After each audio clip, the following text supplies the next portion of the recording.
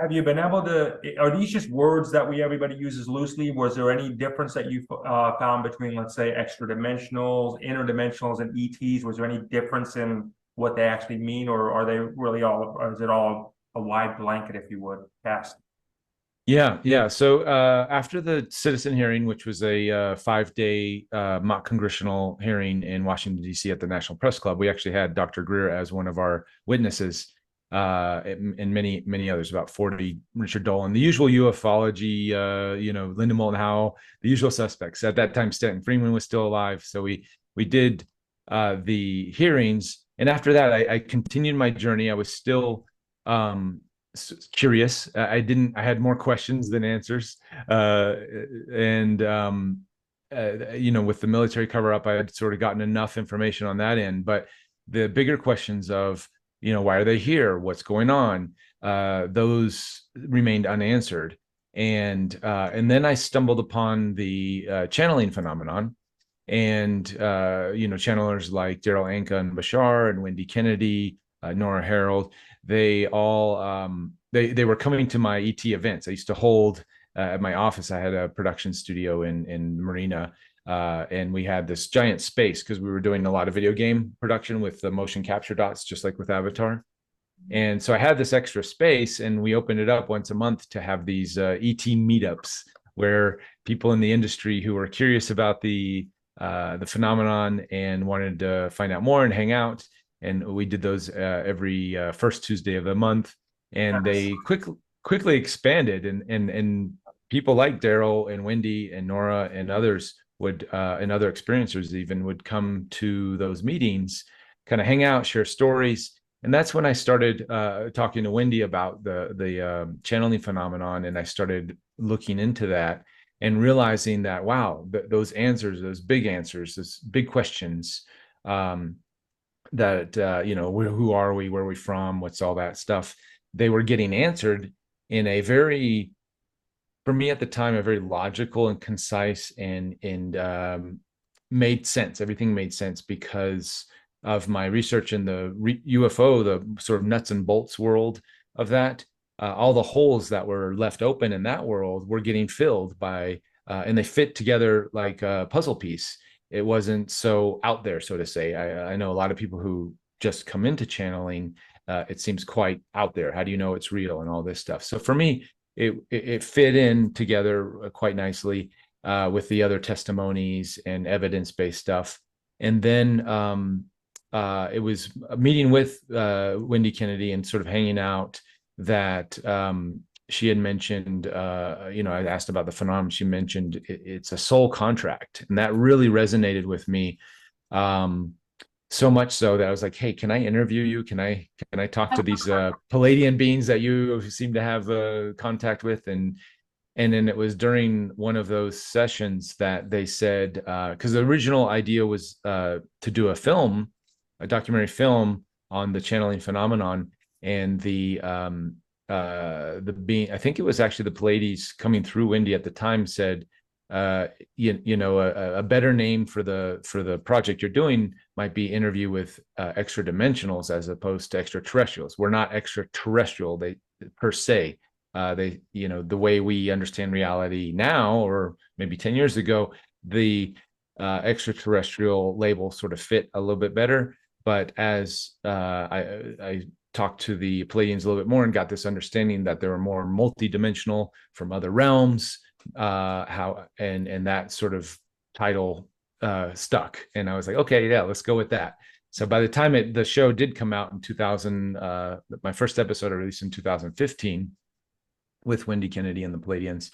Then I went ahead and stuck with the interview with the extra dimensional title. That's very cool. That's great.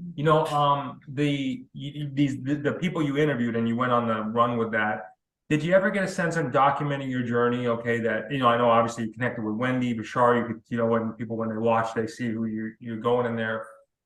You're pretty stoic all the way through it, and just very neutral and just very there. But are there in your own, no, obviously I'm not asking you to name names, but were there people in there that you felt like, come on, give me a break?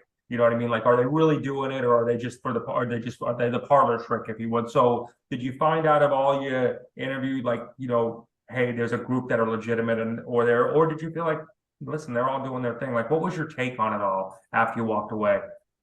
Yeah, there was a few, there was a few sort of, uh, I did most of my homework before, or I got recommended, certain people would recommend certain people, and it was sort of a word of mouth type situation. And then I would do a little research, and if they resonated, then I would say, oh, okay, yeah, let's do this. There was only a few. I think I've had about 2 or 3 interviews that I didn't quite resonate with after the interview. And it wasn't necessarily that their information or their channeling was bad per se. It was just perhaps the person or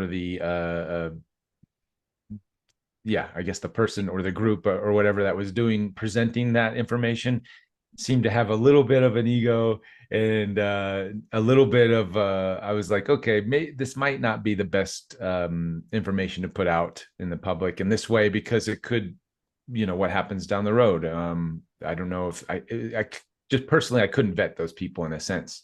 Maybe I didn't spend enough time with them. I don't know, but it was very few. Most of the people that I've thankfully 99% of the interviews I've done have all made it to the show, and it's just been this wonderful journey of exploring these different consciousnesses, these different channelers, bringing through, individual or collective consciousnesses, and asking the questions, and letting the audience decide, if what resonates with them. There's definitely channels that resonate more with me than others, but for me, I was really interested in the bigger picture stories and narratives that were being told by the channels and the entities, and those little details. I know, some of us say, well, this channel said that, and that channel said this, and who's right, and all this stuff, and they may be conflicting.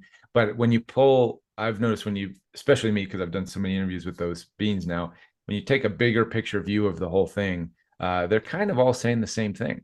I was going to say that, and they have their own interpretations of it, but it's ultimately the big picture, the message all resonates straight across the board. Really, I mean, the bottom line is love, love, love, love, love. You can take it all how you want, right? But the bottom line, everybody seems to agree. That's really the answer. Be an idiot. As simplistic as it is.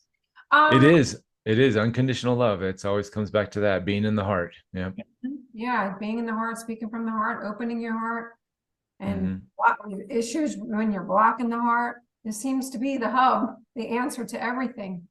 What about misconceptions? Is there anything, because you've interviewed so many people, and one Treb, the reptilian. Yes.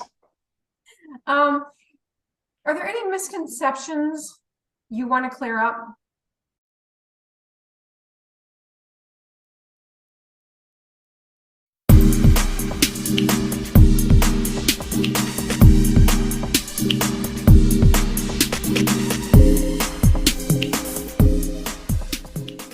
I know, now I'm gonna cry.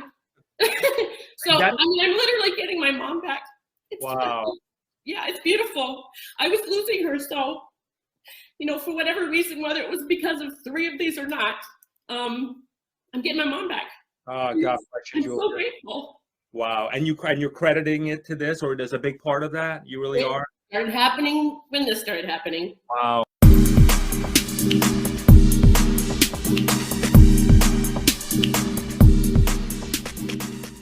And then I saw something happen with skin lesions just falling off my friend's body. And I'm like, okay, it's not a placebo. This is real.